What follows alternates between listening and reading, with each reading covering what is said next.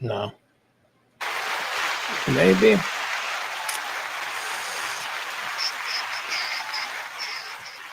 don't even know if that's working. Is that working? There we go. All right.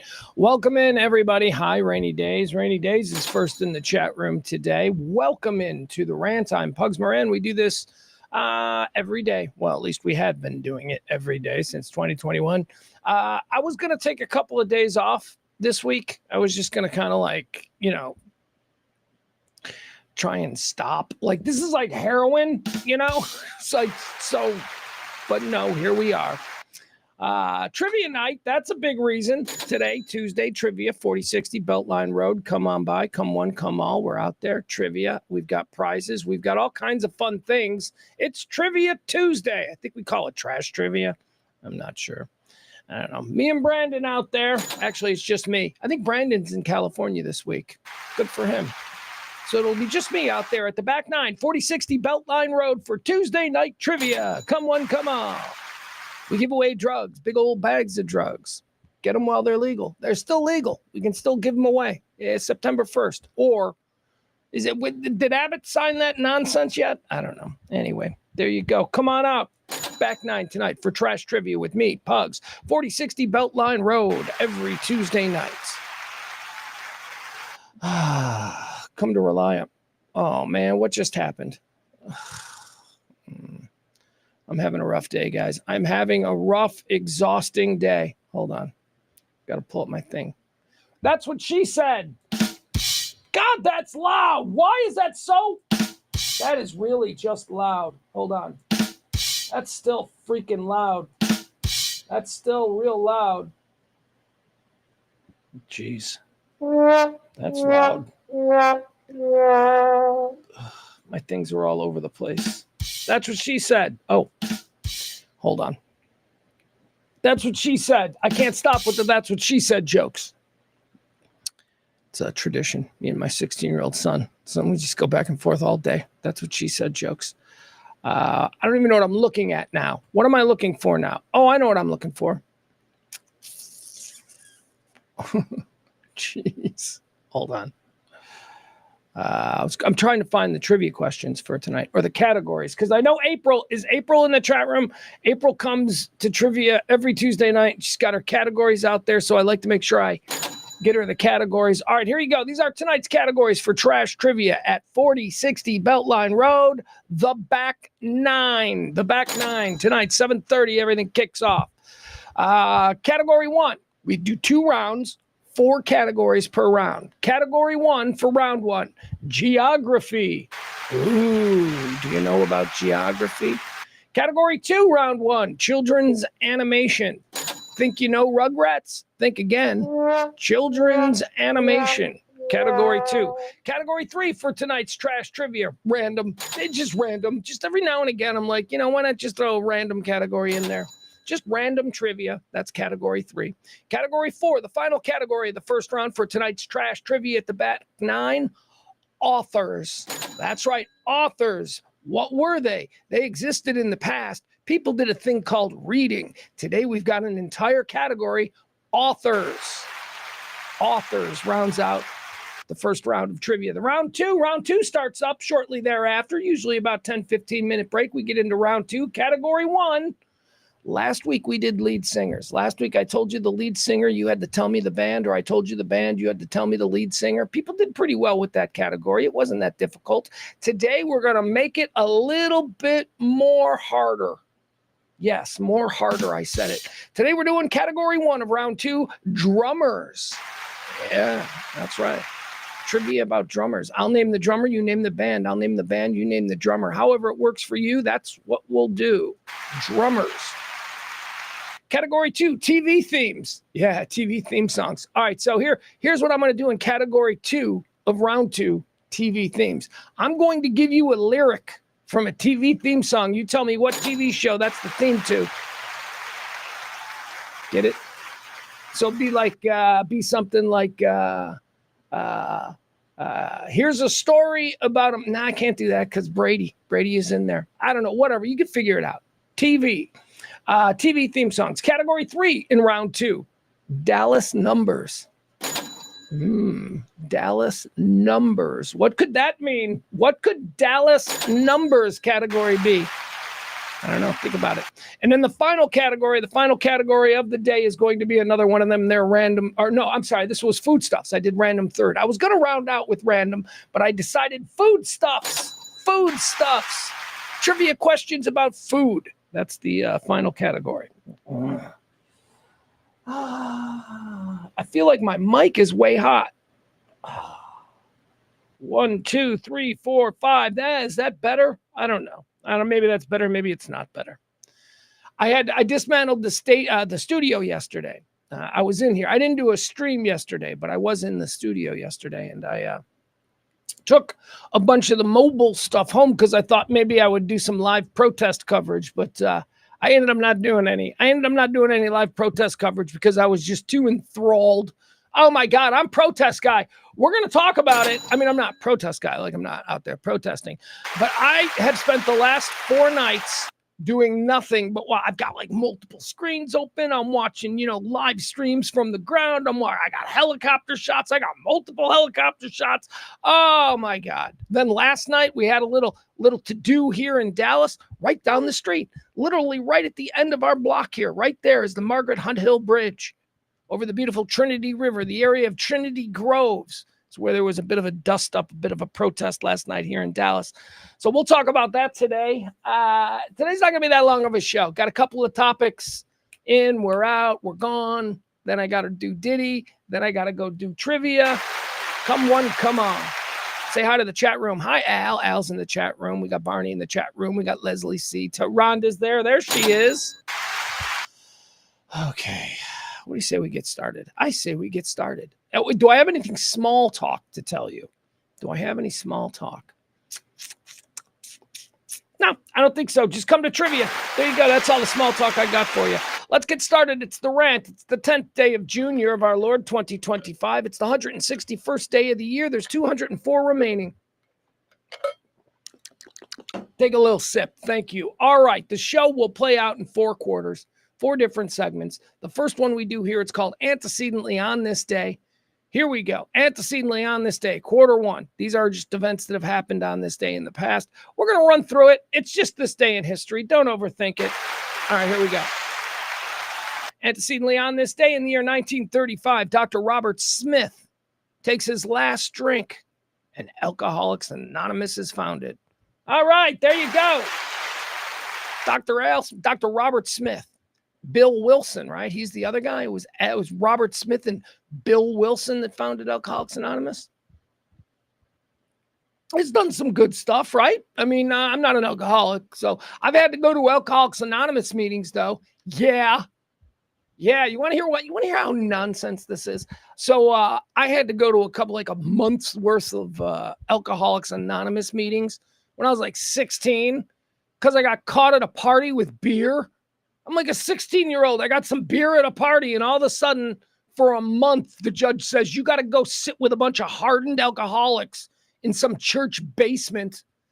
You got to listen to their horror stories because you're one of them. I'm like, no, I'm not. Anyway, it was weird. Never been back. Never needed to. Don't really drink. So I guess it's a good thing for people who need it. Alcoholics Anonymous. Dr. Robert Smith takes his last drink on this day in 1935. On this day in 1944, Joe Nuxhall of the Cincinnati Reds becomes the youngest player ever in a major league game. Joe Nuxhall. What is the youngest player? He was a pitcher. He pitched for 2/3 of an inning.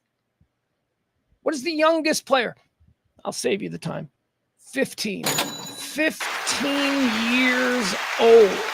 Joe Nuxhall, 15 years old, playing Major League Baseball in 1944. He must have been good. Well, he was all right. I mean, he had a pretty decent career. More famous, I think, as like the voice of the Cincinnati Reds. He was like a Reds broadcaster for like 50 years. He was all right. No, he got called up at 15 years old because of World War II. That's right. They didn't have anybody. So they went and they got a 15-year-old. That was on this day in 1944. On this day in 1977, James Earl Ray escapes from Brushy Mountain State Penitentiary in Tennessee. James Earl Ray. It's the dude that killed Martin Luther King. They let him escape. First of all, they let him escape twice. Like, they didn't even catch him after the shooting, even though if you've ever been to the Martin Luther King assassination site, the Lorraine Motel there in Memphis, it's now a part of the Civil Rights Museum. If you've ever been there, you will see that James Earl Ray shot and killed Martin Luther King from a distance of about 15 yards. He was in a tenement house right across the street. He came out the window. King was standing on the balcony, and he killed him. And somehow that dude got away. Like, everybody saw him. Like, you could tell if he brushed his teeth that day or not, because that's how close he was. And he got all the way to England. Dude got out of the country after killing Martin Luther King. So they catch him in England. They bring him back here. And then he escapes again. James Earl Ray. All right, I'm just saying. I think he had help. I think people were like, you know what I'm saying? 1960 Tennessee prison guard, 1969 or whatever it was. Well, gee, Pugs, why don't you just look? 1977. There you go. On this day in 2009, 88-year-old James Wenneker von Brunn opens fire inside the United States Holocaust Museum, fatally shoots a museum special police officer. Other security guards returned fire, wounding von Braun, who was apprehended. All right, so I remember when this happened. This was in 2009, but I don't want to get into the whole, because he's a Nazi. He's a dude who was like a lifelong Klan member and then neo-Nazi, and he's 88 years old. And back in 1982, he tried to do this, but he chickened out at the last minute. And apparently everybody in his whole life was like, you chickened out. And so now here he is, 88 years old in 2009. And he's like, I'm going to go finish the job I was going to do. So he goes to the Holocaust Museum, pulls out a gun, kills a black guard. Boom, there you go. Here's what I don't get about this. He's 88 years old. 3 other security guards pump 2 bullets each into him. Boom, boom, boom, boom. He's shot 6 times. He's 88 years old. Dude survives. He survived. 88 years old. Gets taken down by 3 security guards with bullets, and he survives. My God. Hey, he would die before trial, though. He would die like a year later, like less than a year later while awaiting trial. All right. That was on this day in 2009. That's it. We're done. We don't need any more.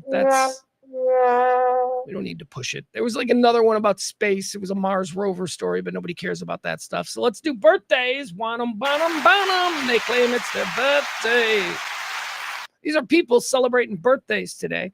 Born on this day in 1922, a glorious train wreck of a woman. American icon. Just nobody embodies Americanism more than this train wreck of a lady.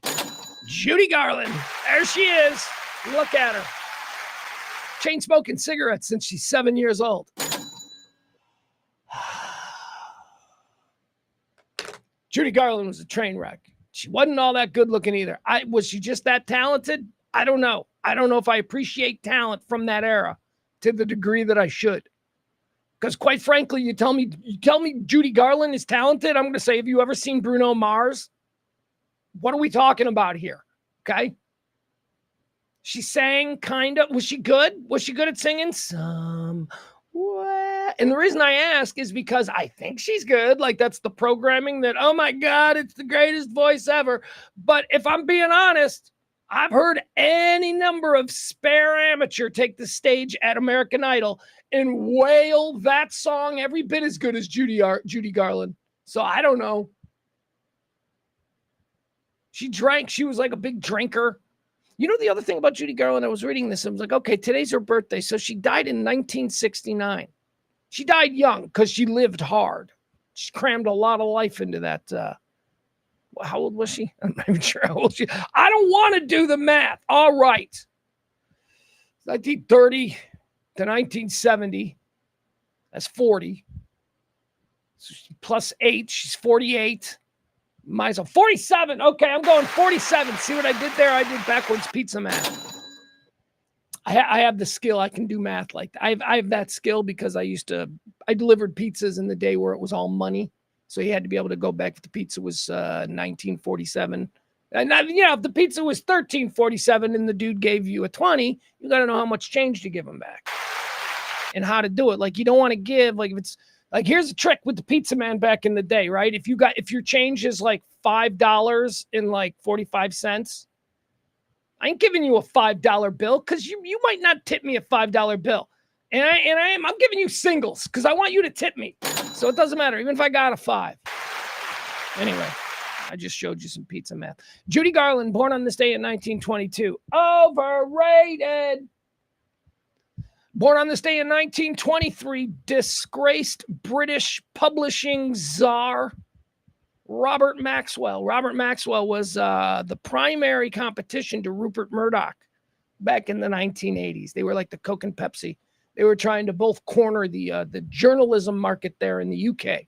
And Robert Maxwell got caught in some shady business dealings, ended up going to jail, and he disgraced the family. Robert Maxwell absolutely disgraced the family until his daughter came around. His daughter is, of course, Ghislaine Maxwell, Jeffrey Epstein's chief groomer in charge, following in Daddy's footsteps. Daddy, you think you can besmirch the name of this grand family? You wait till your little girl gets finished. Sure, Daddy, you're a business cheat, but your little girl is a global pedophile. That's what she said. Robert Maxwell, born on this day in 1923. Born on this day in 1954, Rich Hall. Which begs the question, what is a Rich Hall?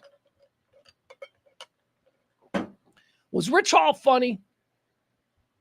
You got to be old to know who Rich Hall was. Rich Hall was a guy who was on not necessarily the news. I think he was also on Saturday Night Live. He's very deadpan, very dry. He invented a thing, like his only thing that really stuck that I think people might know Rich Hall from. Sniglets. Sniglets were words that were made up words, but they described everyday things. I don't know. It was a thing that he did on not necessarily in the news, which was an HBO show. Here you go. Here's an example of Rich Hall and his Sniglets. And then I want to have a conversation. Is this funny or is this just the cocaine 80s? I know I thought it was funny, and I was like 5, and I wasn't on cocaine. Let's watch Sniglets, shall we? Hi, I'm Rich Hall. You know, several months ago on this show, we introduced a new concept into the English language, sniglet. What's going on? Sniglet is any word that should be in the dictionary, but isn't.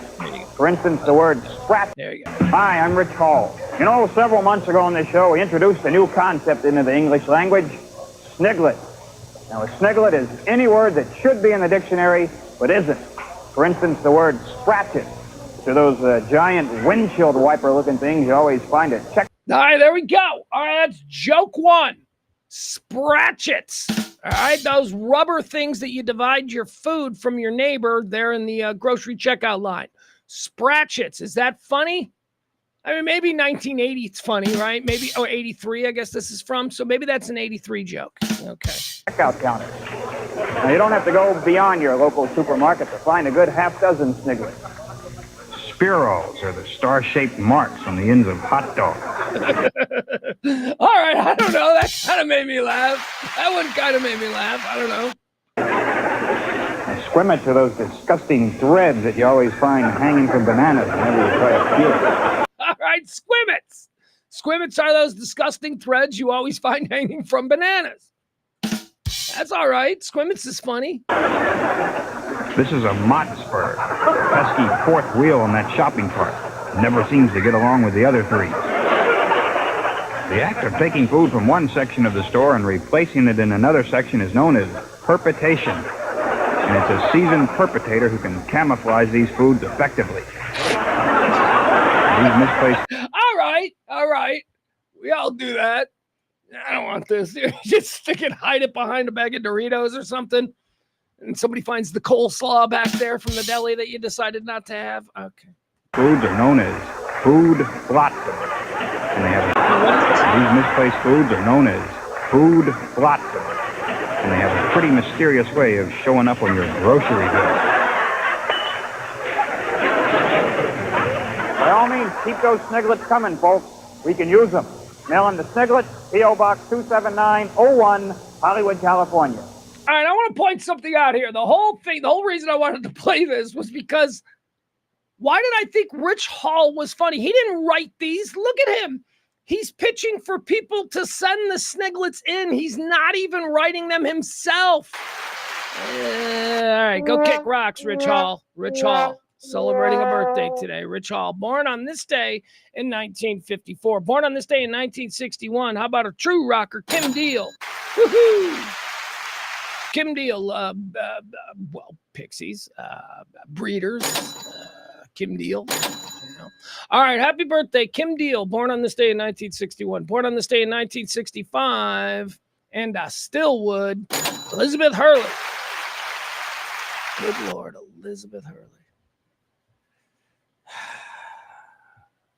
She was quite a thing. She was quite a thing around about 1997. Let's go to Elizabeth Hurley, 1997. So what would that make her if she was born in 65, 75, 85, 95, 32? 32-year-old Elizabeth Hurley? Is that what she would have been? When did she do that movie with, Austin Powers, I guess, right? All right, that's prime Liz Hurley. She still looks great, too, by the way. Like, that's the whole point of Liz Hurley at this point. I think she's like 93 years old, and she still looks like a swimsuit model. She still looks really good. I think when you start that far ahead of the pack, I mean, everybody changes the way they look as they age. But I think when you start that far ahead of the pack, when you start having your own, personal aesthetic degradation, you're still pretty hot. You're still like Elizabeth Hurley as a 70-year-old will still probably be as attractive as like an average 25-year-old. I don't know what I'm saying. I'm just rambling now. All right. Anyway, my point is Elizabeth Hurley, for any of you wondering, is still doable. Born on this day in 1965. Born on this day in 1968. Bill Burr, funny man, professional joke teller, funny man, Bill Burr, born on this day in 1968. Born on this day in 1983. Now, y'all know I spend a lot of time talking, well, I used to anyway, and then I just got tired of the deaf ears. I got tired of you people not doing anything about it. I've been telling you about the Hollywood clone factory. I've been telling you that Hollywood in the 1950s, this was after World War II, some of the Nazi scientists, they went and worked on the moonshot. The other group of Nazi scientists, they went and worked on cloning, Hollywood cloning, because, that was where the big money was at the time in 1950. So all the big studio moguls got together and they funded these projects. It's right there in the Hollywood Hills. You know where the big Hollywood Hill sign is? You know the big sign? Underneath there, in that mountain, there is a giant cloning factory. And I've been telling you, every couple of generations, they introduce a new model of a classic clone. Sure, when people started worrying, Jimmy Stewart's getting old. And they said, don't worry, we've got a Tom Hanks. And they just cloned Jimmy Stewart and they gave us Tom Hanks. It's like that. And from time to time, they get so close with the recipes that you're like, oh no, they're showing their sack here. This is not a good one. Here's an example. Birthday girl, born on this day in 1983.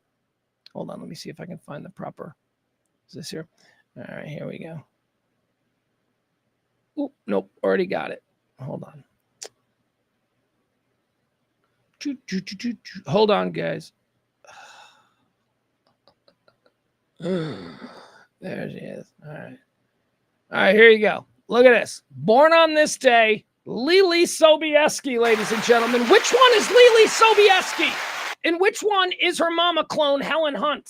These two, look at them. Look at them. Tell me they aren't clones. Tell me they aren't a giant clone factory underneath the Hollywood sign there in the Laurel Canyon. Is that even Laurel Canyon? I don't know. Anyway, this is Lily Sobieski on the left. I always thought it was so bizarre that she looks so much like Helen Hunt. And then I think, just to make things even more screwed up, isn't there a movie where Helen Hunt plays her sister, like her older sister or something? And you're like, oh, what are they doing? Look at these two. This is sharing one. Look at these two. Telling you, man, they are clones. They are clones. All right, there you go. Happy birthday, Lily Sobieski. What happened to her? She was like she was like on her way to being famous. And then didn't she do Eyes Wide Shut? Was she in Eyes Wide Shut? And then everybody went, ew. Like nobody wanted to work with her anymore. She didn't do anything wrong other than be like 17 and get cast in a movie that just sex creeped everybody out. And then nobody wanted to work with her again. Like it's her fault. All right, born on this day in 1983, the lovely and overlooked Lily Sobieski. Born on this day in 1992, ain't nobody missing her, Kate Upton. Oh, yeah. Just Google her. That's all I'd say. Who's Kate Upton? Google her. She's fantastic. All right, let's move into the deads. Quarter 3. These are people who've died. These are people who've died. Let's decide if they go to heaven or do they go to hell. Okay, that's what we do in quarter 3, the deads. Heaven, putting him in heaven, even though he's drunk and maybe gay. I don't know. He's one. I don't know. Maybe. Still, one of my all-time favorites. One of my top 3 favorite actors of all time, the great Spencer Tracy. Spencer Tracy, American actor, dead on this day in 1967. So Tracy and Hepburn were like the big thing, right? Spencer Tracy was like Mr. Catholic. He was like, he had a wife and he had kids and he had a family. But he was also, banging out Katharine Hepburn, according to the legend. They were in a whole bunch of movies together, Tracy and Hepburn and all. There was a great scandal there. Oh, what are they getting into? Let me tell you something. I've read enough bios. I know what they were getting into. They weren't hooking up. Katharine Hepburn was a lesbian. She's a big old lesbian. Okay. If she was alive now, she'd have no problem being a big old lesbian. That's what she was. Spencer Tracy was also gay. They were each other's beards. That's what was going on there. When everybody thought they were both living or canoodling in some faraway cottage, they were. It's just he was with his boyfriend and she was with her girlfriend, and they were none the wiser. The press. Anyway, I love Spencer Tracy. He's going to heaven. He's so great. You guys ever see Guess Who's Coming to Dinner? Oh my God. He plays the perfect. And you have to remember, this was like 1967. He plays like the perfect liberal San Francisco progressive minded judge. That's what he plays in Guess Who's Coming to Dinner. Who is, all for all of this stuff. And then all of a sudden his little princess daughter brings home a black guy. And he's got to sort of process that and be like, wait a second, but why do I feel this way? Guess Who's Coming to Dinner is awesome. It is such a great movie. And the last time Hepburn and Tracy worked together, they were beards together. All right, there you go. Dead on this day, he's going to heaven. Spencer Tracy, dead on 1967. Dead on this day in 2002, we're going to put him in hell because he just seems like a real son of a bitch.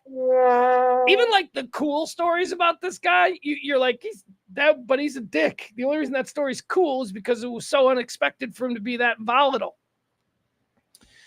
Dead on this day in 2002, express train to hell, John Gotti. John Gotti, the Teflon Don. Dead on this day in 2004. I don't know where to put this guy. I think I'm supposed to put him in hell, but he's blind. And you got to give points for that and be like, eh. Because he was kind of reckless. Seems like a nice guy. Seems, but then when you read the bios and you hear about his drug addictions and the way he treated people, and then you see the Jamie Foxx movie, I don't know where to put Ray Charles. I don't know where to put him. Heaven. We'll just put him in heaven. Why not? We're going to put Ray Charles in heaven. And here's why. Because I grew up in the 70s. And I was a little kid. I was a little kid in a lily white neighborhood and all that kind of stuff. And Ray Charles would come out, and he was a black man, and he played the piano. And that dude smiled, and he was a friendly guy. And I think he did a lot. I think Ray Charles being trotted out there on the Johnny Carson show to a bunch of white kids who never saw a black dude before, especially an old black dude. Although I did. I lived on the south side of Chicago. But you know what I'm saying? I'm saying that he seemed like a nice man. Here's the point. My grandpa, who was like, a man of his time, he liked Ray Charles. So that resonated with me. He also liked Nat King Cole. He liked, they were two of the good ones in his vernacular of the time. All right, let's keep going. I'm putting Ray Charles in heaven, right? Let's put him in heaven. Putting Claudel Washington also in heaven. Claudel Washington, dead on this day in 2020. You're like, Pugs, who's Claudel Washington? Oh, he was a drug addict baseball player who got, I think, drummed out of the league for cocaine. But whatever, he was my center fielder. He was the first center fielder that I remember when I was a White Sox fan as a very little kid. And I remember we were in the center field bleachers, and Claudel Washington was right there.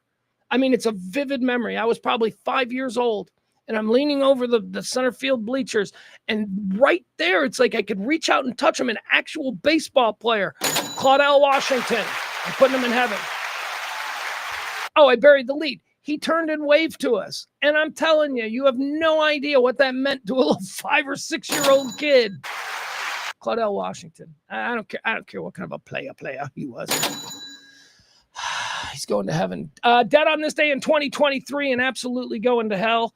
Let's not waste any time here. Ted Kaczynski, the Unabomber. Fun fact about the Unabomber. Did you know that me and the Unabomber were born in the same hospital? That's right. Unabomber was born in Little Company of Mary Hospital, south side of Chicago. Guess who else was born there? This kid. Me and Ted Kaczynski. 6 degrees of separation between me and Ted Kaczynski.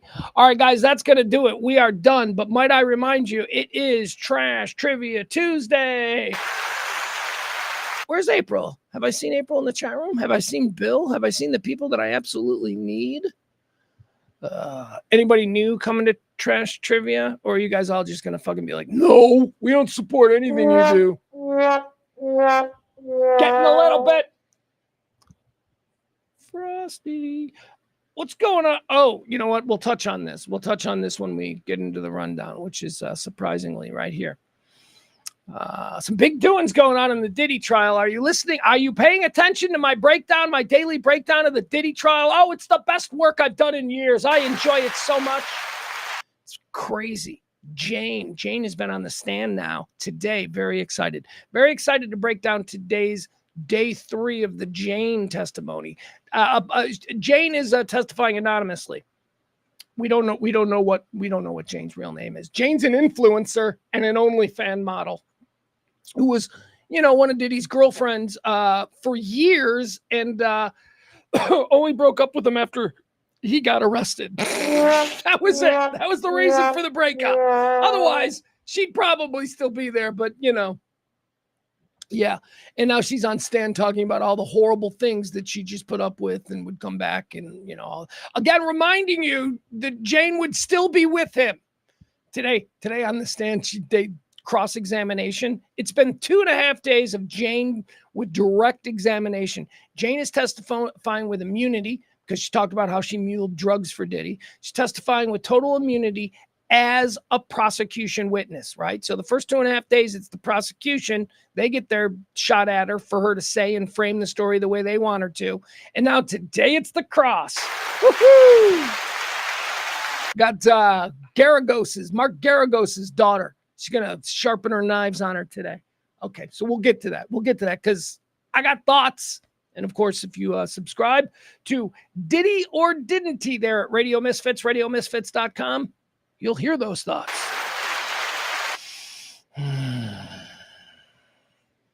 It's hot. It's very hot. All right. Let's see here. Let's get started. There's only a couple of things here that I really want to talk about. We'll leave all the other nonsense to other people. Uncle Ted was right. Yeah, Jesus Christ. I swear to God, Jeff Ballard is slipping further and further off this planet.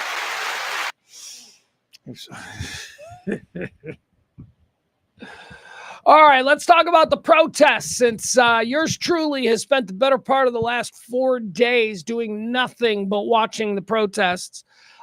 Shout out Steve Lookner at Agenda Free TV, who has been a constant on my TV. He is tirelessly covering this stuff, but it's not just him. Let's see, we've been watching KCAL. KCAL's live coverage there on YouTube has been incredible.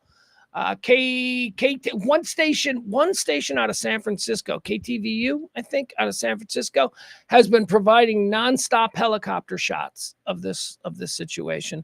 And then, of course, I got the police scanners going. Oh, it was a madhouse. I was actually angry last night. I'm like, is anything going to happen? Because, I kind of want to get back to watching Godfather of Harlem. But for the past 4 days, I have done nothing between 7 o'clock at night and 11:30, 12 o'clock when I go to bed. I have done nothing but watch coverage of these LA protests.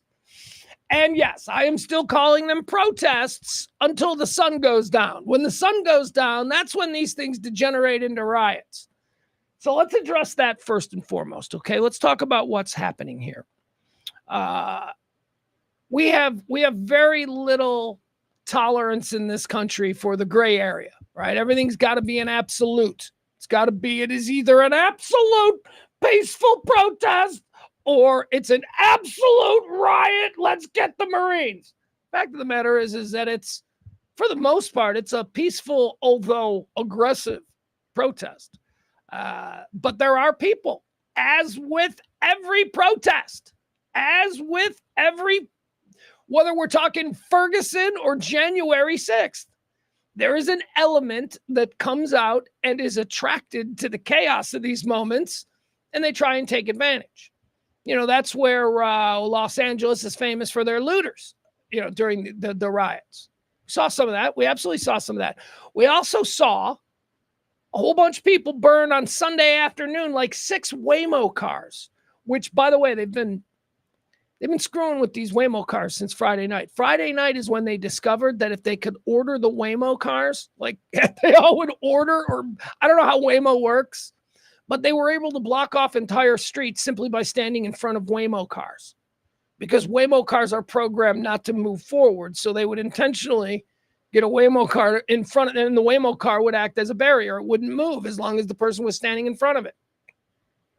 Then a day later, they just decided to turn the Waymo cars into bonfires, and they just burned them.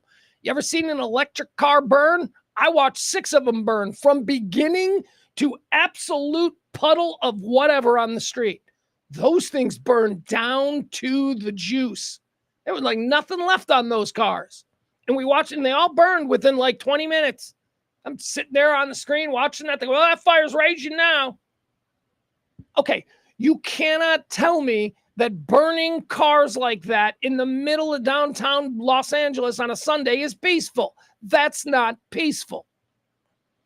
Did you see the takeover of the 101? Okay, taking over of the 101, I suppose, if we're going to talk about, it's not violent, I guess. I guess it's just peaceful. You're wandering peacefully into the middle of a freeway. But it wasn't peaceful when people started dropping cinder blocks on the police cars that were underneath the viaduct. That's not peaceful. They were throwing scooters. They were throwing cars. They were throwing whatever cars, bikes. They were throwing whatever they could find. That's not peaceful, okay? That's a problem.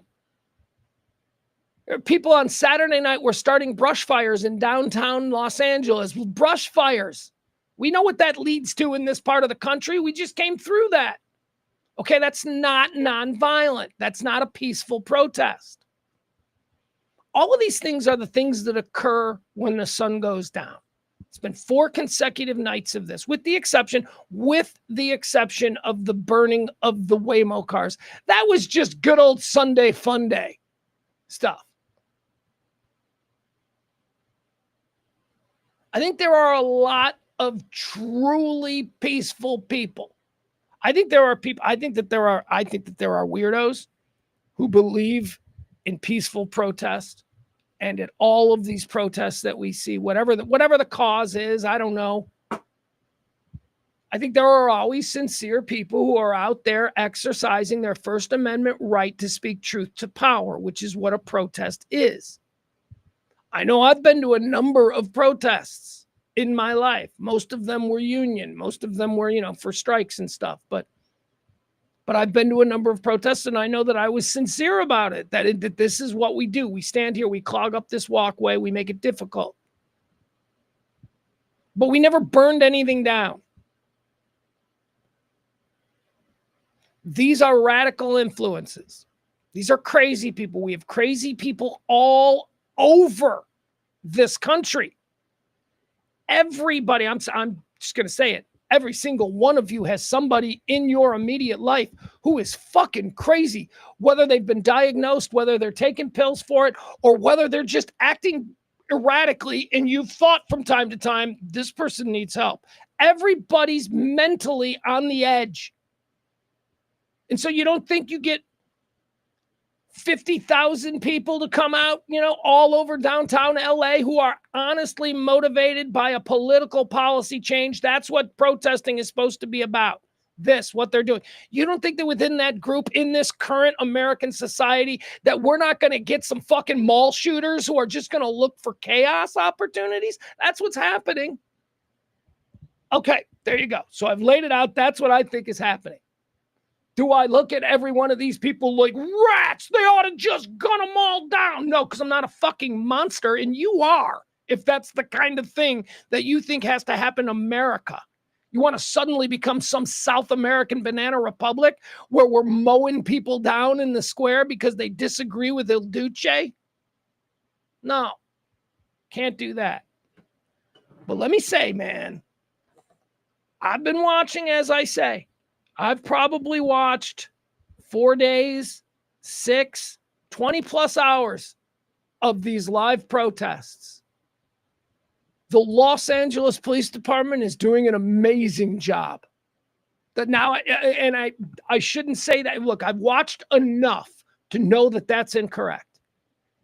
The Los Angeles Police Department is doing an amazing job. The Los Angeles County Sheriff's Department is doing an amazing job. The California Highway Patrol is doing an amazing job. The Ventura County Sheriff's Department is doing an amazing job. The Orange County Sheriff's Department is doing an amazing job. I am blown away that everything that I have watched, this powder keg for 4 days, has not yet exploded into something horrible. We had a scary moment on Sunday night. I don't know if any of you were watching this live, but on Sunday night, it's probably midnight our time, probably around 10 o'clock Los Angeles time. The KTVU helicopter, actually, I don't even know if it was the KTVU helicopter. I do know it was KTVU I was watching, but I don't know whose helicopter feed they were using. This helicopter feed started to show this dude in a gray minivan. This is Sunday night. The helicopter, it's like it's another, now in the middle of all of this, now we got one of these classic Southern California car chases that we all enjoy on YouTube. Except this one is going through the area. And the helicopter it's got this thing, and now it's in an intersection, and it's doing donuts in the intersection trying to hit protesters. Then it squeals out forward, and it goes right for a guy on a bike before the guy on the bike jumps off the bike and the car swerves to the other side. This minivan now has a broken up front end. This minivan is driving through the protesters trying to run them down, and we're watching this live on YouTube with the helicopter reporter as befuddled as I am, going, what is this guy? What is this going on? This is a real problem. The police need to get on this. With everything else that was happening, the police had that son of a bitch arrested within 2 minutes. They caught him. We got to see that too. That was real gratifying. We got to see those cops come out of nowhere.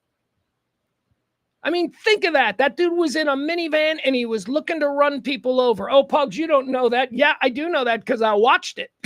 Because I watched him. He aimed at people and missed. They got out of the way. He was looking to run people over. And he's just driving around the area. So the police have held this shit together, man. And also it should be said, last night, I think I shared this. We started to see some looting. Of a, it was a restaurant. Looked like a sushi and wine restaurant. And yeah, they were inside. They were like, come on, man. Yeah, look at this. We're going to get some sushi. It was a sushi and wine restaurant they were looting. The fuck? And this was being covered, I think it's AXN News. AXN News is live Los Angeles news. Boots on the ground, dude recording live. Citizen journalism at its finest. AXN is doing incredible on the ground. He's there. AXN is in the doorway. We're hearing the conversations.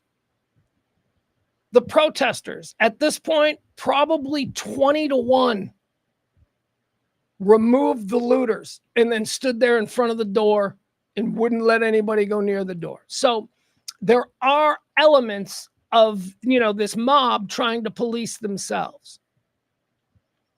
And the police are doing an amazing job. I honestly cannot believe there have been no deaths. Some of these chaos agents that are embedded inside this crowd protesting, they're like firing direct explosives at the cops, fireworks or whatever, throwing M80s and stuff. I mean, that's not peaceful. They're not all being peaceful.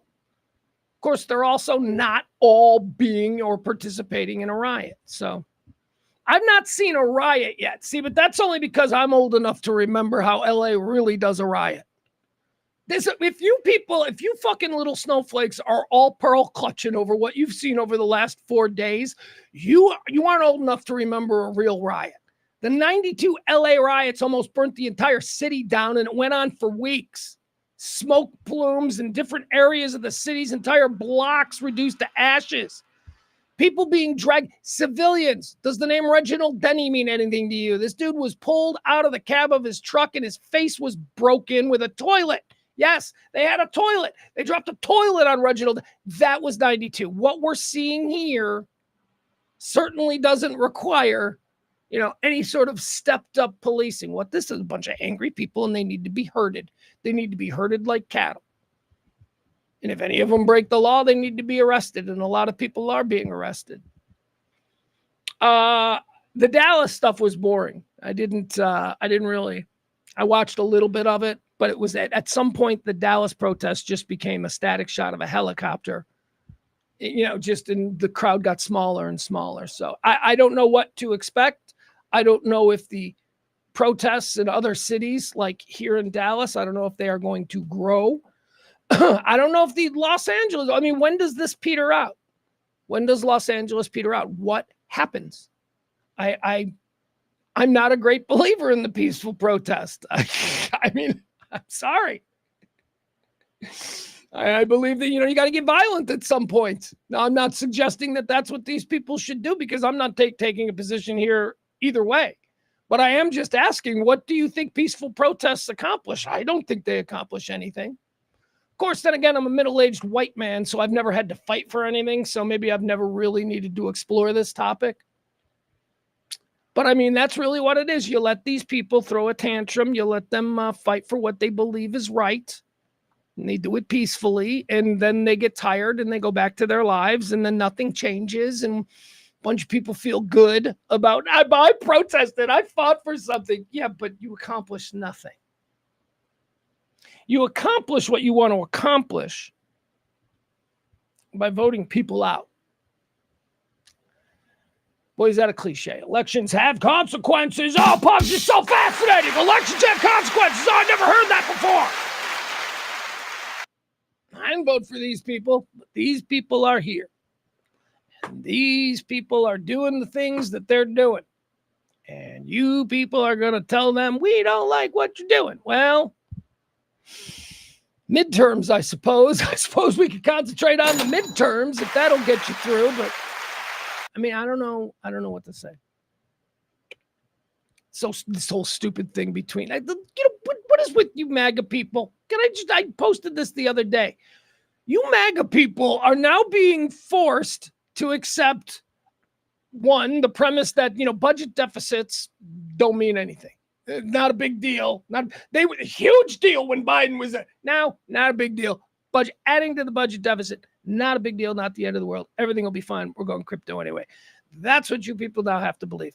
Also, tacos. You're not allowed to watch taco or like tacos anymore. Did you see that? One of your guys, one of your leading thought makers, the bearded guy, it's got a name. Whatever. He says you can't watch tacos anymore. He sent out a tweet on Saturday that got a lot of traction. Declaring the Mexican food, everything is a variation of a taco, and that it's most overrated food, and that he is no longer eating Mexican food. So there you go. So you got to be okay with giant budget deficits. You can't like tacos. And what's the other thing? Oh, yeah, states' rights. Fuck states' rights. You think that a big government, a big central president in Washington, D.C. should be able to tell a fucking state that's what you believe now. These were all things that we used to all agree on. I used to be on your side on all three of those issues. But now, and I got to tell you, the most concerning one for me is tacos. I am not giving up on tacos. I don't care who you need me to vote for. I will still enjoy Mexican food. Everyone knows that Mexican food is second on the list of best ethnic foods. Mexican food is second. Oh, you want to know what number one or maybe even number three is? Well, I'll tell you what number three is. Number three is Italian. Did you think Italian was number one? It could have been. It could have been, but it's not. Italian is 3. Italian is 3. Mexican is number 2. The best ethnic food, ladies and gentlemen, I stand by this, and I will knife fight you on this hill to my death. Are you ready? To your death, because I'm going to win, because I'm right. The number 1 ethnic food is Chinese food. Ding-a-ding-a-ding-ding-ding-ding-ding. Fucking egg rolls, rice and chop suey. I can eat that shit. And there's variations of flavors and hot mustards and sweet and sours. Oh, that's the best. That's the best. All right, there you go. That's my shit on the protests. What else do I want to mention? More protests tonight. New episode. New episode of protests tonight. All right, second story. All right, why not? I wanted to talk about this one. Jared Leto. What's going on with Jared Leto? What's going on with this guy? I don't even know. You want to know what's weird about Jared Leto? Like, I don't know anything about him. I don't know his stupid band, 30 Seconds to Mars. I don't I've seen him in a couple movies, I guess. Isn't he? He's the Joker? Yes, right? He's what? No. Joaquin Phoenix is what? He's also a Joker. I don't know. Jared Leto, he's a thing, I know. He's an actor and he fronts a rock band. But I have never really, I didn't think he was for me. I thought he was much younger than me. I thought Jared Leto was like right now, if you said before the reason he's in the news, right? If you came to me on Saturday afternoon and you said, hey, Pugs, how old's Jared Leto? I'd go 38. Like I think he's not. He's like 2 years younger than me. He's like 2 years younger than me. Jared Leto. And for some reason, I don't know, I don't think of him as like a millennial kind of a deal. But he's not. He's 2 years younger than me. Anyway, not for nothing. So Jared Leto, 50. So Jared Leto, movie star, rock star, he's in trouble. He's getting all kinds of women are coming forward now, and they're saying that he's a creeper. And he's not just a creeper, but he's an underage creeper. That he likes the young girls. Now, we'll get to that. All right, that's the story. So 9 women have come forward talking about how he groomed them from a young age and, all that stuff. Jared Leto, movie star, rock star. So all of that's new. But do you guys know about his little cult that he runs? And he runs it through his band. It's like a 30 Seconds to Mars kind of retreat thing that they do. You know what a religious retreat is? Do they have those? That have Catholics always went on into the woods and had weird wood sex. That's what I always thought was happening when they'd go into the woods for their religious retreats. Weird Catholic wood sex during the retreats. But anyway, 30 Seconds to Mars, the band that Jared Leto fronts, has this thing for their fan club where they pay an exorbitant amount of money. And then they go to Switzerland with Jared Leto for a week, and they live in some wellness retreat, and they do yoga, and they listen to, Jared Leto tell them about whatever Jared Leto has to tell. And it's all women. It's there were pictures of it going around over the weekend. And I had heard about this thing before because there's a comedian I like whose name I can't remember, but he's got a whole bit about Jared Leto's sex cult that he has with his 30 Seconds to Mars fans. So, okay, so that's always been a thing. I've always known about his weird sex cult. He gets his fans of 30 Seconds to Mars, mostly female. And when I say mostly, I mean all female.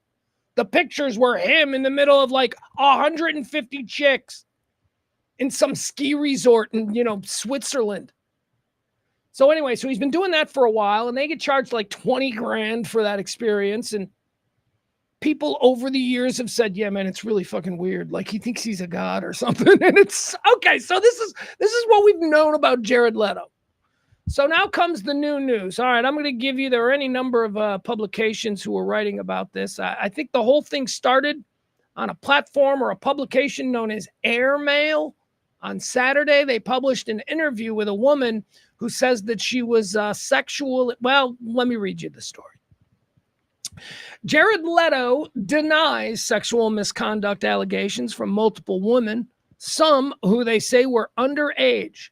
9 women interviewed in a new report have accused the actor and 30 Seconds to Mars musician of impropriety. Well, I have no doubts about that. I mean, just first of all, the whole conceit of just having all of your female fans come meet you in Sweden and they all pay you 20 grand to listen to you talk about the way the world is. All right, I find that inappropriate just in and of itself. So I have no doubt that what came next will also, buckle my knees.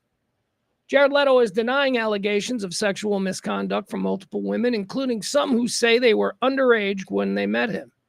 9 women accused the actor and 30 Seconds to Mars frontman of impropriety in an airmail story published on Friday. Some of the allegations include assaulting a 17-year-old, walking nude in front of a different 17-year-old, and engaging in sexually explicit conversations with a 16-year-old. Okay, good. Those are the well, not good, but good that we've established what the charges are, because let's talk about this, okay? Let's talk about what he's accused of. It's not Cosby, okay? He's not raping women. That doesn't excuse what's going on here, because there's some weird things and we're going to break them down. But he's not, again, he's not hiding in the bushes with a baklava and waiting to jump out and then rape you in your doorway, right? That's not what he's being accused of. He's being accused of being weird. Here we go. All right. So he was accused of allegations assaulting a 17-year-old. Okay, so we need to know about that. That's serious. Assaulting. What was the assault? We need more details, more context. Just saying he's being accused of assaulting, that would lead to a lot. Did he hit her with a baseball bat and then rape her in the street? Like, what does that mean? Okay, what is the exact assaulting? Did he put his hand on her? Right? Okay. Again, not good to put your hand on, but we need more context before we can really go off on what he's being accused of here. Again, we already know he's weird, because we already have the context of his weird sex retreat in Switzerland with his 30 Seconds to Mars fans, groupies, whatever you want to call them. So we know he's weird, but let's just try and stay dialed in. All right, so accused of assaulting a 17-year-old. Another thing here is walking nude in front of a different 17-year-old.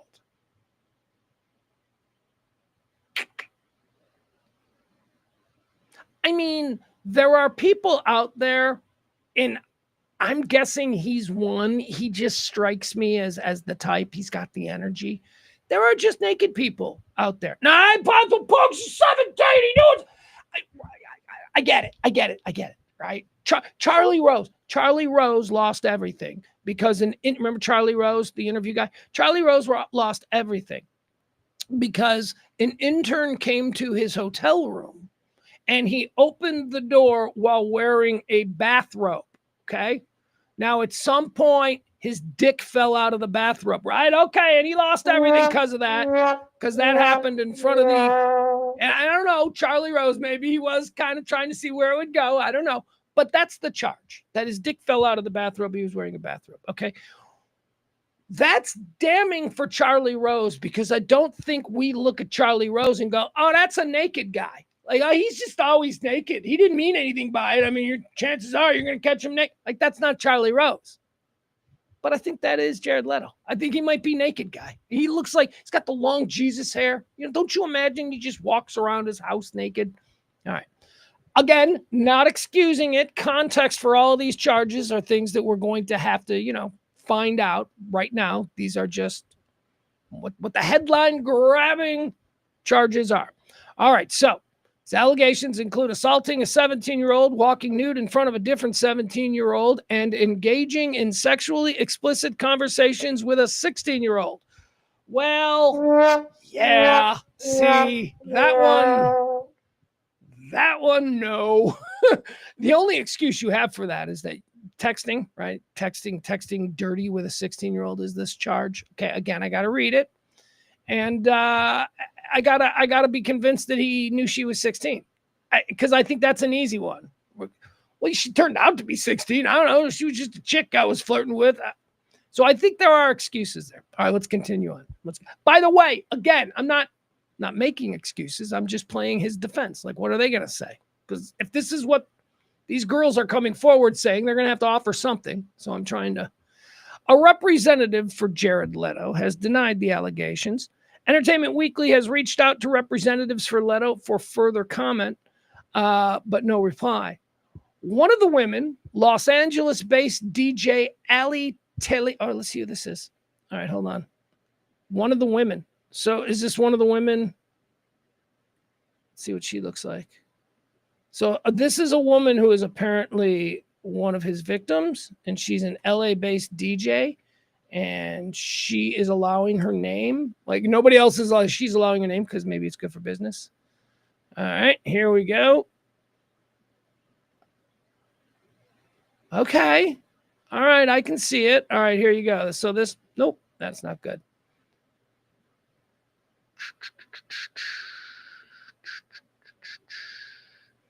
All right, there she is. There she is. Oh, she's kind of cute. Look at her. Isn't she a cutie? All right. So this is, who did I say this was? LA DJ. Sorry, I got an itch. We're going to get rid of that. We're going to get rid of that. We're going to get rid of that. We're going to close some things we don't need. We're going to get rid of that. Okay. All right. So, all right. One of the women, Los Angeles-based DJ Ali Telz, T-E-I-L-Z. Teals. Ali Teals? Ali Teals. I'm going with Ali Teals. One of the women, Los Angeles-based DJ Ali Teals, sparked conversation on social media after reposting a 2012 Facebook status to her Instagram stories last month. This was in the airmail story.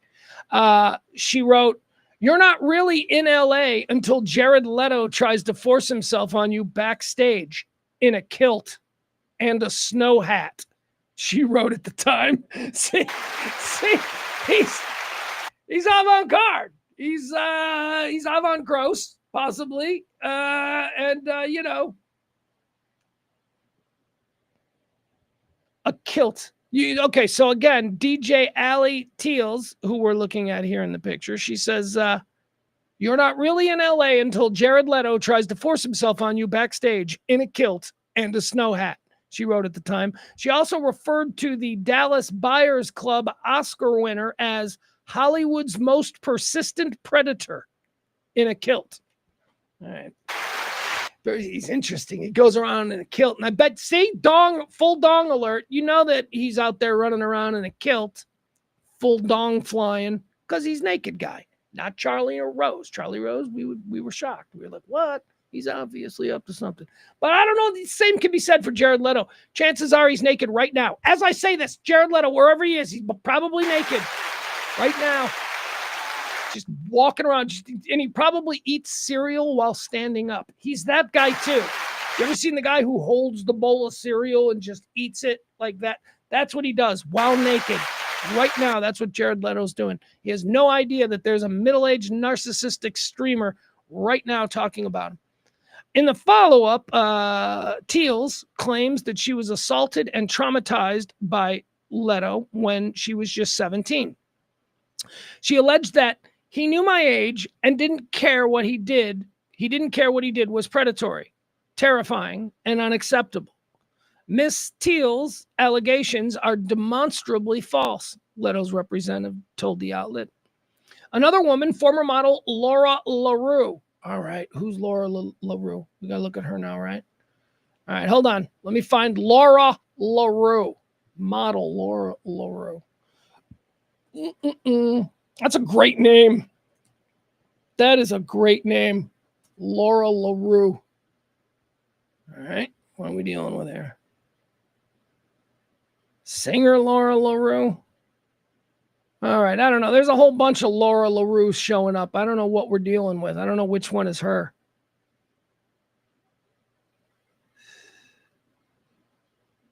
All right, you know what? I'm not going to worry about Laura. You know what? We've got beautiful DJ Amy Teaser or whatever the hell her name is here. Let's see if there's other pictures. I don't care about Laura LaRue.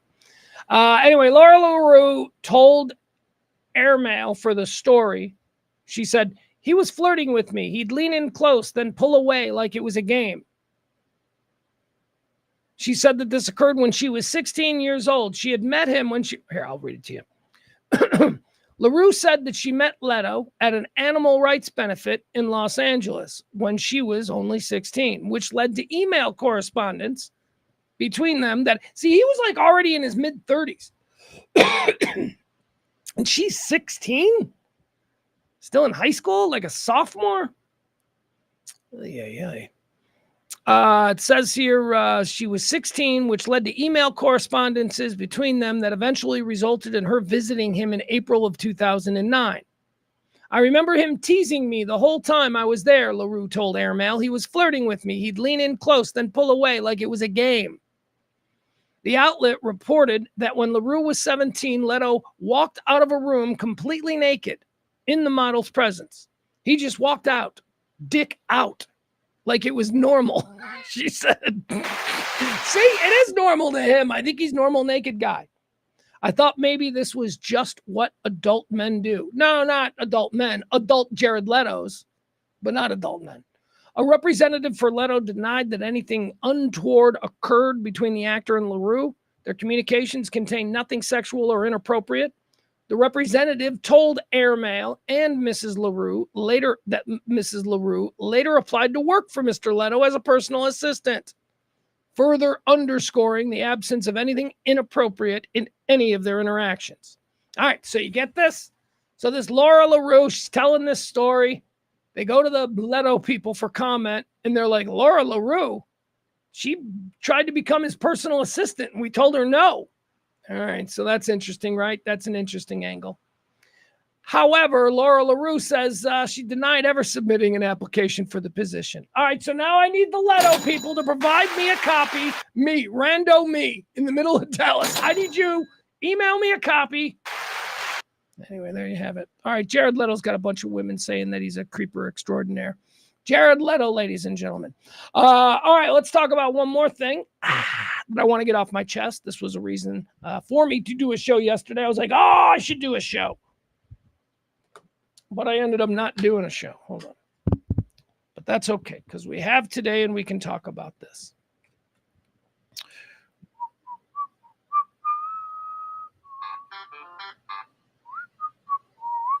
Hold on.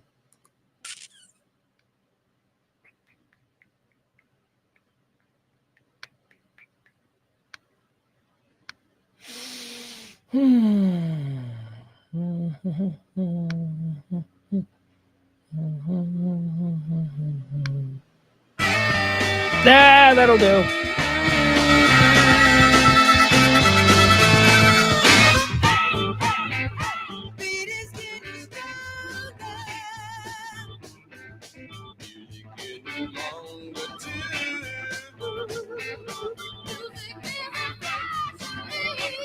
One of the greatest musicians in the history of American popular culture died yesterday. And I think I would like to rant a little bit about the greatness of Sly. Sly Stone, Stewart, Sly and the Family Stone, whatever you want to call him. This guy was a genius. Okay, just first of all, let's just track through. Because here's the thing about Sly Stone, Sly and the Family Stone. He had all of these hits. He had a crap ton of hits, right? But they never really, how do I say it? They've been used so many times in so many different ways. They're used in movies. They're used in commercials. They're used in branding. They're used every way. They're covered. Other bands you go see a band and then suddenly they'll rip into one of these songs and you're like, that song's great. And you're like, who is that again? And I think it's because of Sly's mental problems and his drug addiction that his legacy is not as mainstream as it should be, because mark my words, there have been very few people. He's every bit as prolific as Stevie Wonder. Stevie Wonder is just bigger. I think he's better than Stevie Wonder. And I love Stevie Wonder. I told you the other day about Curtis Mayfield, Superfly, and about how, this was the anniversary of Curtis Mayfield passing. And out of me, Curtis Mayfield is one of the greats. Curtis Mayfield can't hold a candle to Sly. I mean, this guy was special. This guy was a prodigy. Do you know that Sly At 7 years old, had met, but also Denton, born in Denton. I was going to say born and raised. He wasn't raised in Denton. Born in Denton, raised in the Bay Area. By 5 years old, he was already being, considered a prodigy in music at 5. I mean, it's the Prince story. And Prince, this was Prince's guy. Prince modeled all of his, enigmatic behavior and his genius brand and all that. Prince modeled it all on Sly Stone. So anyway, 5 years old, he's mastered the piano. He's mastered the guitar, the bass. He's moved on to drums. By the time he's like 16, 17 years old in the Bay Area, he is one of the most successful studio musicians, and he's a child. Then that all becomes way too easy for him. So he becomes an arranger, and he starts arranging music. By the way, back then, it's not like the San Francisco scene wasn't happening. He's arranging music for Big Brother and the Holding Company, Janis Joplin, early Grateful Dead. Sly Stone is basically considered the guy who discovered Grace Slick, who, of course, Jefferson Airplane, Jefferson Starship. Sly Stone is doing all of this stuff before he's ever even playing his own music. He's a boss. He's wearing a suit and he is running shit. And then, just for kicks, because he's so influential in the cool music scene, while also being able to put a suit on and be corporate when he needs to, he becomes a disc jockey on K-Soul in Los Angeles, the first truly progressive soul funk station in America. And it's Sly Stone, who is the star DJ. Now, he uses that to start promoting his band, who's playing around town. And that's how Sly and the Family Stone sort of became this institution. Every town has a DJ who's got a band, right? Every town. In Chicago, we had Johnny and the Leisure Suits, right? Here, Russ Martin and his, whatever his band was, right? You never expect those bands to become Sly and the Family Stone, right? Like a first ballot Rock and Roll Hall of Fame. 1992, they were put in the Rock and Roll Hall of Fame. 92, 25, 33 years, whatever it was. I mean, without thinking, as soon as they were eligible, the people that make those decisions went, yeah, that's how important this band is. Get them in. By the way, 1992 was also the last time that Sly Stone made a public appearance. Sly Stone came out to the 1992 Rock and Roll Hall of Fame. He wasn't supposed to be there. The family was there. His sister Rose, Larry Graham, all of the great members of the Family Stone were there. But Sly wasn't. And then at the last minute, Sly comes stumbling out. And all he says is, thank you. And that's it. That was the last time, 1992, the Rock and Roll Hall of Fame was the last time that anybody had heard head or tail or seen Sly Stone. It was a huge thing that he even did that. That's that enigmatic quality that he had, where he hid. Didn't want to be, in the center. It wasn't because he was some great tortured artist. It was because he was a fucking full-blown drug addict who just loved to be in a complete stupor whenever he could. He would emerge to go into a studio and record some shit. So anyway, in 1992 at the Rock and Roll Hall of Fame, Sly made an appearance, a rare appearance, and he came out and everybody was like, welcome back, Sly. We hope this is the start of something new. And it wasn't. He disappeared again until the Grammys in 2006. No one had seen Sly Stone. So this was back when me and Kelly were going to the Grammys, and this was one of the big events at the 2006 Grammys. It was Sly Stone was going to be given a Lifetime Genius Award kind of thing, for, whatever they do with the Grammys. I don't know what it's called. So that means, everybody comes out and all these other rock stars play your songs, and then you come out and then you play and you accept the award and all of that stuff. So that was a big deal. That was how they got him. Remember, Rock and Roll Hall of Fame in 92. He came out and accepted that, although begrudgingly and only for a blink of an eye. He didn't stay long. And then now 2006, the Grammys are going to give him this Lifetime Achievement Award kind of a thing and pay tribute to him. So, all right, he's going to come out now for that. I was at that, and that was a huge deal. It was, is Sly actually going to show up? Is this, because they were pumping it. The Grammys were excited because it's so rare. He's the fucking Loch Ness Monster of rock. He's like nobody. Where'd he go? He didn't disappear because people were like, oh, we're done with that guy. You know, like a lot of rock stars fade into obscurity because they stop being relevant. No, that's not really what happened with Sly. Sly just disappeared on his own accord. He just went away.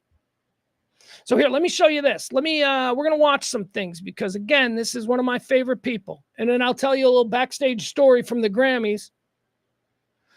First, let me show you this. This is the Rock and Roll Hall of Fame. Let me see. Fast forward. We don't have to watch the whole thing, but I want you to watch because this is the bookend.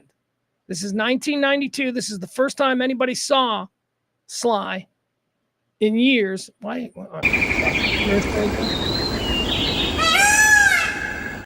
With T-Mobile 5G home internet, mankind can prosper with a 5-year price guarantee. We're just going to watch commercials, are we? Thank you for that. All right, whatever. All right, hey, you know what? I forgot. Let me scroll through a couple of the songs, right? Okay, so there's this one.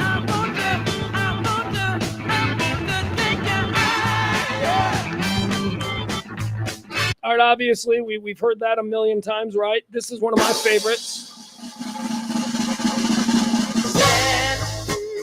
In the end, you'll still be you. All right, that's a little bit of a lesser one. How about this one? Is this When I party. Fun is on my mind.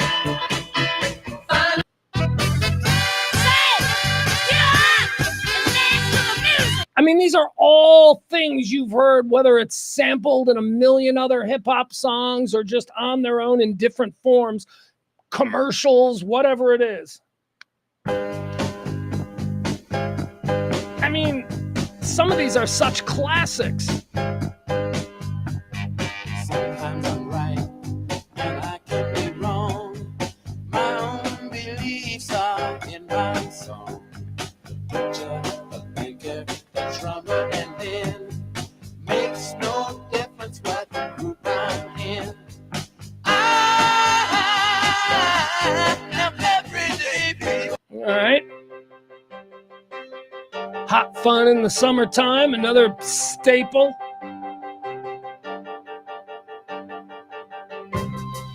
End of the spring, and here she comes back. High. All right. And of course, the greatest progressive funk song ever written.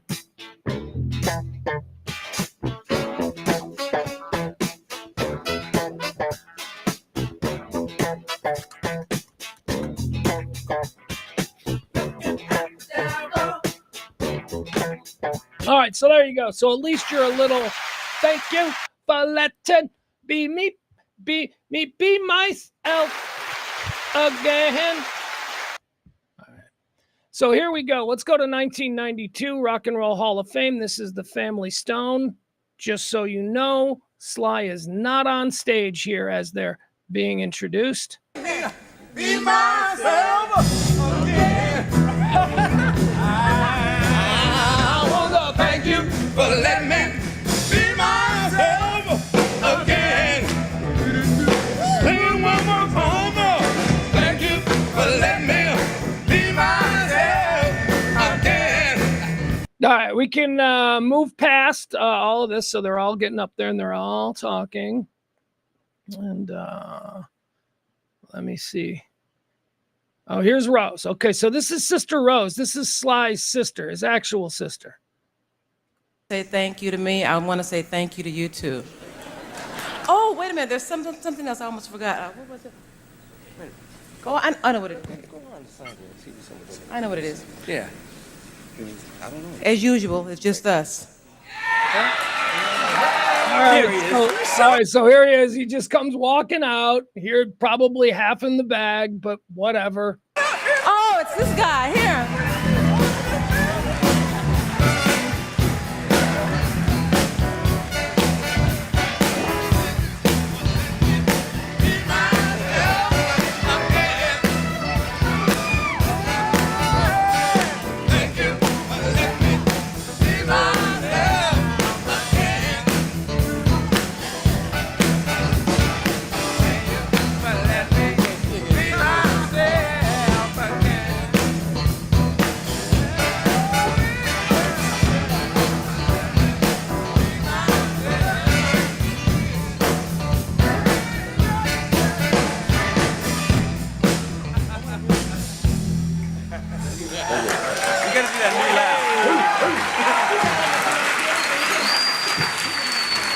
I believe everything's been said, probably. I don't want to forget anybody saying thanks, and and so thank you all very much. I love you personally very much, and see you soon. No, because you disappear after that until 2006. That's it. That's the big moment. He's no speech, just thank you. Enigmatic. All right, so that was 1992, being inducted into the Rock and Roll Hall of Fame, all right? So now he disappears again, but the Grammys get him out in 2006. They're like, come on, Sly, we're going to give you the Lifetime Achievement Award. All of these great performers of today are going to come out and pay tribute to you. Oh, it's going to be great for you. So he convinces himself, and so it's Sly coming out at the Grammys. I was here for this. This was a really big, exciting thing, and I want to break down exactly what happens because it is a clusterfuck. I was standing. Okay, so here, let me explain this to you. All right, can we see this? There we go. This seems to be some kind of a tribute to Sly. It's Steven Tyler, Joe Perry. So it's Aerosmith, John Legend, and Joss Stone. Okay, so they're doing a tribute here to Sly. Sly is supposed to have been out there for the thing to start. He wasn't there. Nobody could find Sly. And I know this because I was standing backstage and everybody was running around wondering where Sly is. Where is Sly? So again, remember, this was one of the big deals of this Grammys. So they're promoting it in commercials. And the return of Sly Stone for the first time in 20, they're promoting the hell out of it. And he is nowhere to be found. All right, so let's watch how this goes off. There we go. And again, sound not a lot. Sound is not great. What are they even singing? Oh, Family Affair.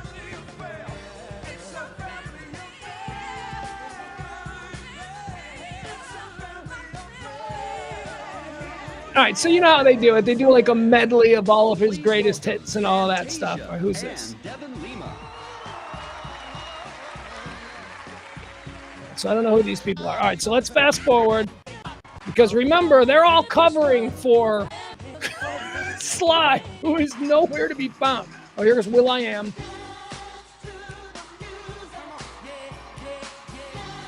This was an incredible, it really was an incredible show. The Grammys really do put on great shows. It's good watching it on TV, but man, like being there, it really is crazy. All right, so Will.i.am. Aerosmith. Okay, let's see what's. Hey, Sly! Let's do it like we used to do it. Okay. All right. So apparently Sly has shown up, and now Steven Tyler has been told, get him out here before we lose him again. So now they're going to bring out Sly. He's supposed to have been out there for all this, but okay, here we go. All right, here's a Mohawk. Remember, nobody's seen him publicly. He hasn't made a public appearance since that last video that we saw, where he was in the blue leather jumpsuit in 1992. So here he is now in 2006, his big moment. And I do apologize about the sound being so low.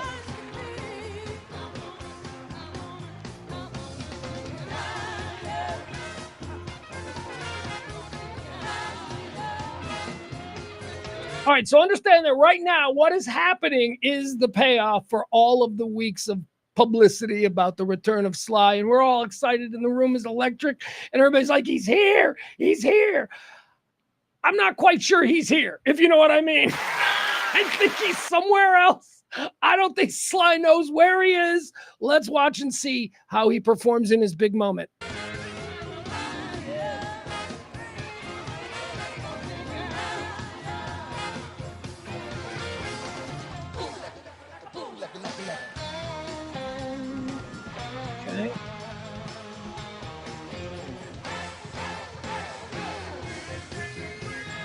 Okay, he's just kind of,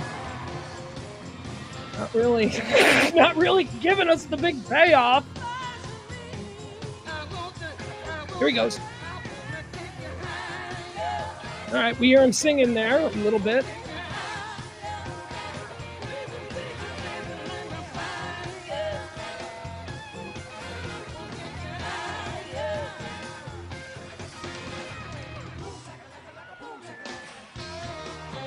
Okay. All right. Very good. All right. Maybe the next song he'll give us something a little more.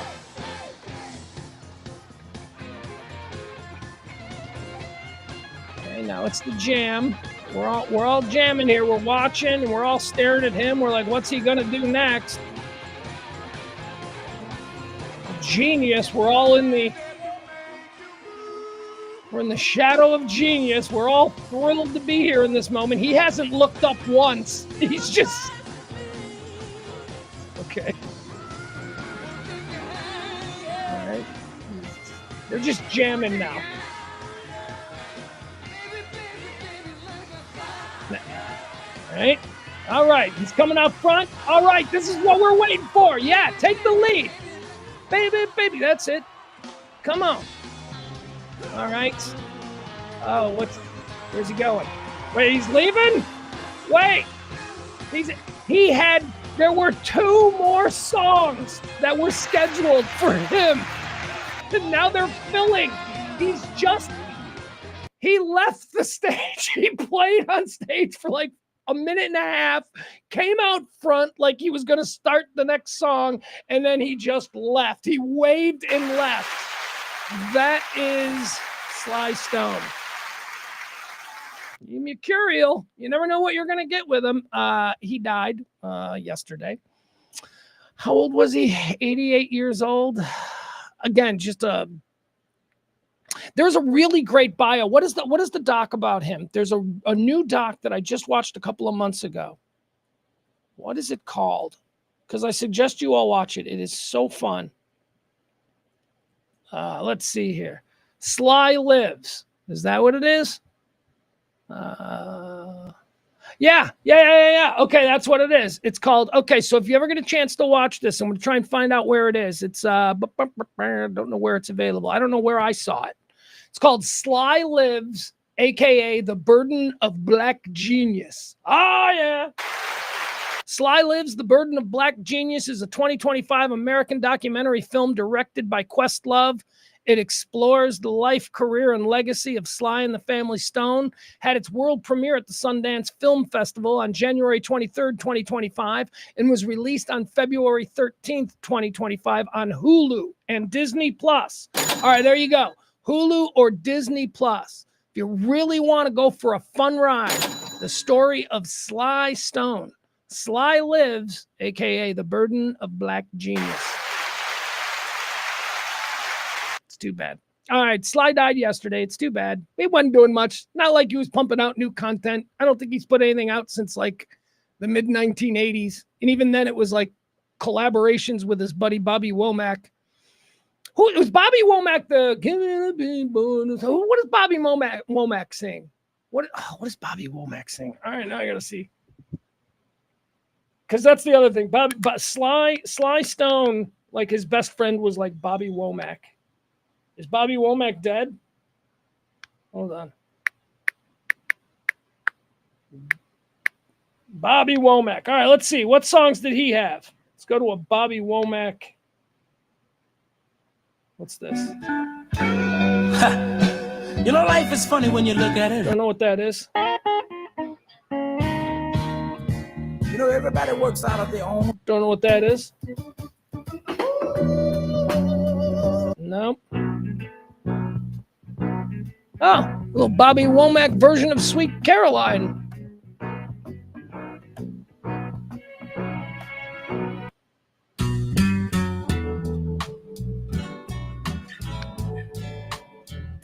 All right, I know this song. Across 110th Street. This is a good song.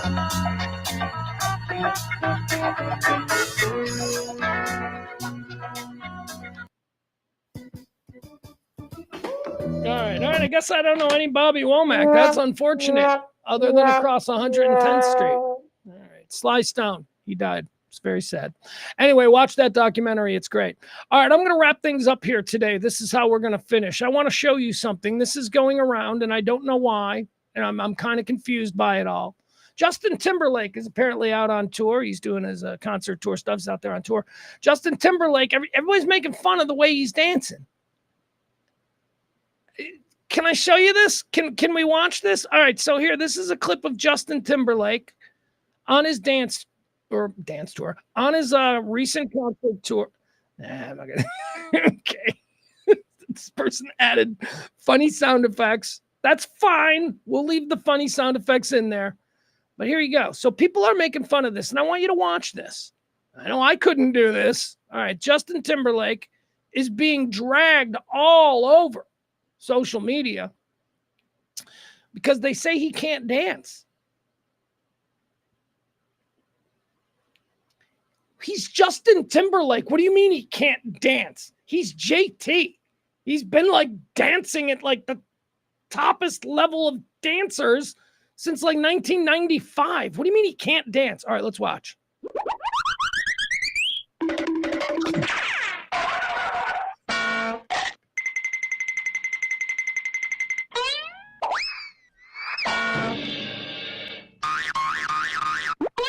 All right, guys, the sound effects are stupid, but seriously, what's wrong with that? What's wrong with I don't know.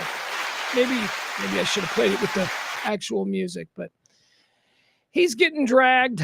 Big story in the New York Post today. It says Justin Timberlake is being urged to retire after cringe dance moves go viral. It's a headline in the New York Post. Please, for all of our sake, retire. Oh, fuck you. He's Justin Timberlake. This dude's going to be doing concert tours until he's 70 because that's what they do. Mick Jagger is still out there. You think Justin Timberlake, who was the closest thing for a period of time that Hollywood had to creating sort of a new version of Sinatra, that's what he was. Oh, Pugs, what are you talking about? Oh, shut up. Talking about a guy who was not only the #1 recording artist, but also an actor and a guy that was getting involved in power. I'm talking about power in the industry as what's known traditionally as a triple threat. We hadn't really seen that till 1999 when Justin Timberlake emerged as this like, whoa. So yeah, he was close to being what Sinatra once had. I don't know what happened with that. I think maybe a couple of bad marriages and a DUI or two. I don't know. But retire? Justin Timberlake should retire? Get the fuck. You people are morons.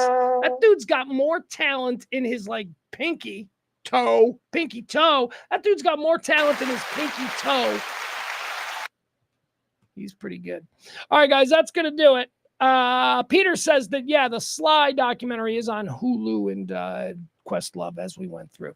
All right, guys, once again, trivia tonight. We'll be out there at Back 9, 4060 Beltline Road, Back 9. Come one, come all. Didn't see April in the chat room today. That's very concerning to me. It's okay. We'll get by.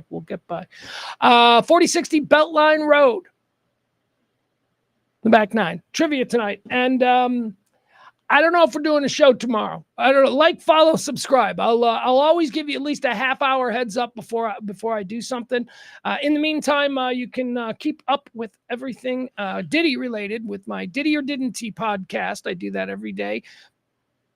Diddy or Didn't He? RadioMisfits.com. I got to record one of those right now before I get out there to trivia. Okay, that's it. Love you guys. You're the best. Be well. Bye.